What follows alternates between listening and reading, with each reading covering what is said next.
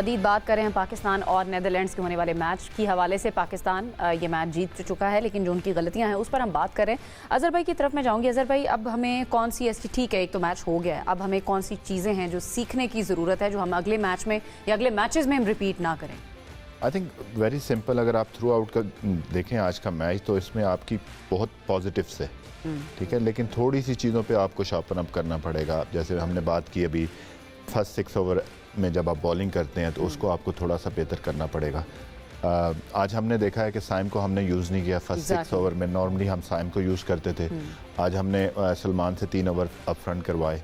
तो I think कि थोड़ी सी ऐसी चीज़ें हैं कि अपनी टैक्टिकल मूव जो है वो थोड़ी सी आई थिंक कि बेहतर कर सकते हैं। और हमारी लाइन और लेंथ, आप देखें, बॉलिंग पावर प्ले में करना, आपका फ्रंट लाइन बॉलर है तो उसको रन्स भी होंगे। अगर दूसरी टीमें भी जैसे आज की बात करें, नीदरलैंड को भी ये पता था कि बाद में इनके पास स्पिनर्स हैं, वो आ जाएंगे तो हमें रन्स करना मुश्किल हो जाएगा। तो हमने फर्स्ट 6 ओवर में अटैक करना है, लूटा है। तो उन्होंने वो चांस लिया, उन्हें पता था बॉल हार्ड है, this is the best time कि हम अपना स्कोर जो है वो बेहतर करें। वो 50 से 50 for 2 थे, लेकिन उनका इंटेंट बेहतर था।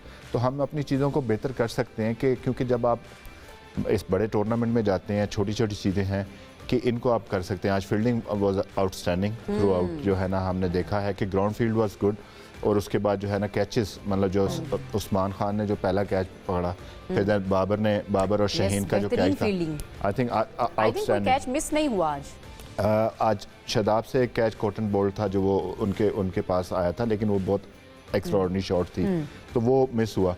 जैसे आपने देखा कि बैटिंग में जिस वक्त आप आ जाएं, तो बैटिंग में आपने सिर्फ ये करना है कि आपका एज अ टीम आप प्लान करते हो कि जी हमने 6 ओवरों में कहाँ जाना है, 60 हमने करना है फॉर 2 डाउन, ठीक है। तो वो आई थिंक कि वो टिक बॉक्स था। लेकिन मिडल ओवर में ये है कि आपने जिस वक्त मिडल ओवर में आना है, वहाँ पे आपने ये कोशिश करनी है कि हम बैक टू बैक विकेट ना दें। क्योंकि क्या होता है कि दो बॉलें अगर आपने डॉट खेली, विकेट गिर गई, उसके बाद नया बैट्समैन आएगा, वो भी 2 बॉलें खेलेगा, तो रन रेट, अगर आप चेस कर रहे हो तो रन रेट ऊपर चला जाता है। तो वो रोटेशन ऑफ स्ट्राइक वहाँ पर थोड़ी सी बेहतर होनी चाहिए, एंड देन आप बैक टू बैक विकेट ना दें। जब भी आप बैक टू बैक विकेट देते हैं, T20 फॉर्मेट में एक ही तरीके से आप रन्स को कंट्रोल कर सकते हैं कि आप जब विकेटें लेते हैं तो रन्स कंट्रोल होते हैं। अगर आपकी, जब भी आपने देखा जब आपकी विकेटें नहीं लेते तो उसमें फिर बैट्समैन जो है ना वो खुला रन्स करते हैं। अच्छा, जो बॉलर्स की यूटिलाइजेशन थी, मैं उस पर बात करना चाहूँगी। जिस तरह आपने खुद भी अभी कहा है कि ओवर देना चाहिए था साइम अयूब को, जैसे एक ही 17वें ओवर में जाकर उनको यूटिलाइज़ किया है, क्या इसके पीछे थॉट प्रोसेस है उस तरह से यूटिलाइजेशन आपको? क्योंकि आप कैप्टनसी की बात कर रहे थे कि उन्होंने बहुत बेहतरीन कैप्टनसी की है,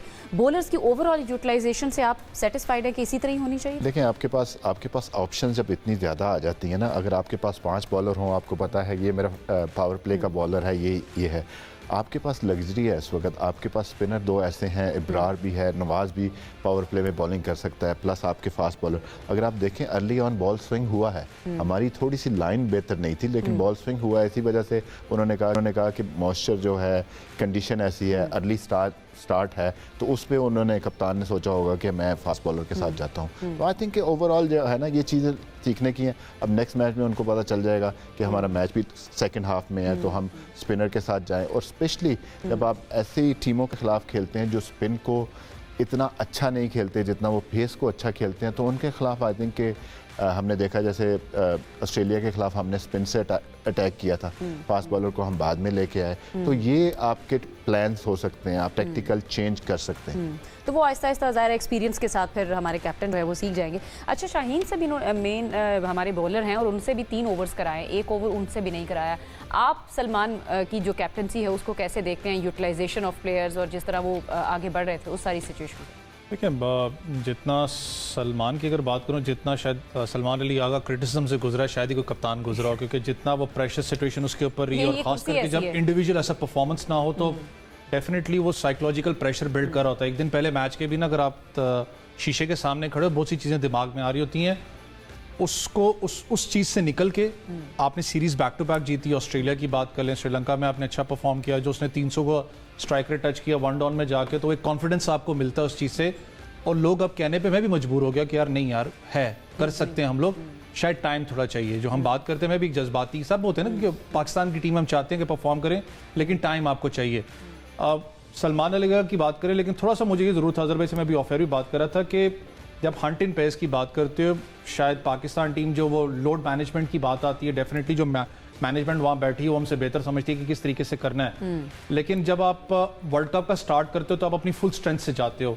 वुड हैव बीन बेस्ट कि अगर आप शाहीन और नसीम को एक साथ खिलाते, क्योंकि जब होता है ना एक एंड आपका परफॉर्म ना करो, एटलीस्ट दूसरे एंड से आप इकोनॉमी रेट करो, आप प्रेशर को मेंटेन करते हो। इन होते तो कौन ना सलमान मिर्जा की जगह पे, मैं सलमान को अंडररेट नहीं करा, बल्कि मैं हमेशा एक बात करता हूँ, मैं अंडररेट नहीं करा, मैं वैसे एक बात करूँ हंट इन पेस की। वरना मैं सलमान का हमेशा कहता हूँ कि इज़ अ वेरी गुड, आपके पास मुतमादिल पड़ा हुआ है कि अगर शाहीन खुदा न खास्ता अनफिट है तो वो बड़ा एक अच्छा बॉलर, जो बॉल अंदर भी लेके आता है, उसने परफॉर्म भी करके आपको दिया है। वेरस कप्तानी की बात करें, मुझे अच्छा लगा कि आपने स्पिन को जिस तरीके से इंट्रोड्यूस करवाया, आपकी प्लेसमेंट बहुत अच्छी थी आज फील्डिंग की, क्योंकि वो जिस तरीके से एग्रेसिव अप्रोच कर रहे थे, आपको पता था कि बॉलर्स, क्योंकि हमेशा होता है ना जब मार पड़ रही हो तो बॉलर ज्यादातर कप्तान को देख रहा होता है, कप्तान कम्युनिकेट करता है, बॉडी लैंग्वेज से बार बार बात हो रही थी, दैट शोज कि आप कितना अच्छा उस फील्ड प्लेसमेंट को साथ लेके चले हैं। तो ओवरऑल पाकिस्तान टीम की अच्छी परफॉर्मेंस जरूरी है, लेकिन सिर्फ मैंने कहा ना कि जब आप ऐसी टीम्स के खिलाफ खेलते हो तो एटलीस्ट आप बताते हो कि यस हम एक बड़ी टीम है, पाकिस्तान टीम एक बड़ी है, तो आप इतना शैलो में नहीं जाते। मुझे ये जरूर था कि 11-12 में हम ओवर्स में चेस करते कि एटलीस्ट वो जो रन रेट वाला मामला है वो आपका बेहतर होता, खुदा ना खास्ता बाद में कोई इशू ना पड़े जो इंडिया वाला मैच वाला जो भी मामला है, लेकिन अच्छा है कि एटलीस्ट आप जीते हैं। बस ये गुजारिश है कि प्लीज ऑपरेशन थिएटर से ना लेके जाया करें, कसम से हालत बड़ी खराब हो जाती है। नहीं, अगले जो मैचेस हैं वो अब कहने को तो कंपैरेटिवली छोटी टीमें ही हैं, वैसे तो T20 में कोई टीम छोटी देखो मेरे लिए एक चीज, मैं क्योंकि एक नॉन टेस्ट नेशन से खेला हूँ, मैं हमेशा इस चीज को लेके आता हूँ, शायद अजहर भाई इस चीज से एग्री करें, कोई भी टीम छोटी नहीं होती। किस सेंस में कह रहा हूँ? बिल्कुल भी नहीं होती। बहुत से लोग आसानी से कह देते हैं कि नॉन टेस्ट नेशन है जी, मार देंगे हम, यार वो भी मार खा के लड़के आए हैं। याद रखिएगा जितने नॉन टेस्ट नेशन हैं ये वो नेशंस हैं जहां से पाकिस्तान इंडिया है, श्रीलंका से ज्यादा लड़के हैं, बांग्लादेश से ड्रॉप होके लड़के वहां जाके खेलते हैं। आज जो यूएसए की टीम खेली थी, अभी हम बात कर रहे हैं ना, यूएसए की टीम की आप बात करें तो ये ठीक है, इंडिया के खिलाफ मैच है, इंडिया होम ग्राउंड है, यूएस नहीं, USA is a good side. उन्होंने प्रैक्टिस मैच के अंदर न्यूजीलैंड के खिलाफ वार्म अप मैच में 201 किया था, इंडिया ए के खिलाफ भी 201, 202 किया उन्होंने। दैट शोज कि उनकी बैटिंग बहुत अच्छी है, वो भी मैच आज मजे का होने वाला है। बिल्कुल सही बात कर रहे हैं। अच्छा उस्मान से मैं लास्ट कमेंट लूंगी, फिर मुझे ब्रेक की तरफ जाना है। उस्मान, अगले मैचेस में हम पाकिस्तान की टीम से क्या एक्सपेक्ट करें? फिर हम ब्रेक से जब वापस आएंगे तो हमने जो आज दीगर मैचेस हो रहे हैं उन पर भी बात करनी है, जरा जल्दी से कमेंट कीजिएगा। बस अगले मैचेस में यही है कि एक तो फैंस को हार्ट अटैक ना दें और अच्छी क्रिकेट खेलें, मोमेंटम के साथ खेलें और बैटिंग अच्छी करें। और जिस तरह से आगाज़ किया था बैटिंग के अंदर ख़ास तौर पर साहबजादा ने और साइम अयूब ने, इसी कॉन्फिडेंट के साथ खेलने की ज़रूरत है। मिडल ऑर्डर को मज़ीद बेहतर करना है, कंसिस्टेंसी लानी है, बाबर आजम को कॉन्फिडेंस देना है कि भाई आप हमारे नंबर 1 प्लेयर हैं, आप T20 क्रिकेट में सबसे ज़्यादा रन्स बनाने वाले बल्लेबाज हैं और आपने ही इस वर्ल्ड कप के अंदर हमारी कमान संभालनी है और आपने हमें लीड फ्रॉम फ्रंट करना है। तो बाबर के रन्स इस वर्ल्ड कप के अंदर बहुत ज़रूरी हैं। और साथ में सलमान अली आगा तो AB डिविलियर बने हुए हैं और पाकिस्तान के अंदर तो उनको लोग ये भी कह रहे थे कि आप AB डिविलियर की आपके अंदर रूह आ गई है, तो वो हंस रहे थे अक्सर प्रेस कॉन्फ्रेंस के सवाल में। तो लेकिन जिस अंदाज से वो खेल रहे हैं, जितना उनका पर्पल पैच चल रहा है, आज बदकिस्मती से जल्दी आउट हो गए हैं। तो मेरा ख्याल है कि अगले मैच के अंदर पाकिस्तान टीम ये जो गलतियां की हैं इसको कवर अप करके आएगी इंशाल्लाह जी। पाकिस्तान की टीम से हमें भी यही उम्मीदें हैं। अच्छा जी, और भी 2 मैचेस आज हो रहे हैं, यानी कि एक दिन मैचेस हैं। अब जो 2 दीगर मैचेस हैं उन पर हमने बात करनी है, लेकिन पहले एक ब्रेक की तरफ जाना है। ब्रेक से वापस आएंगे तो बात करेंगे बस।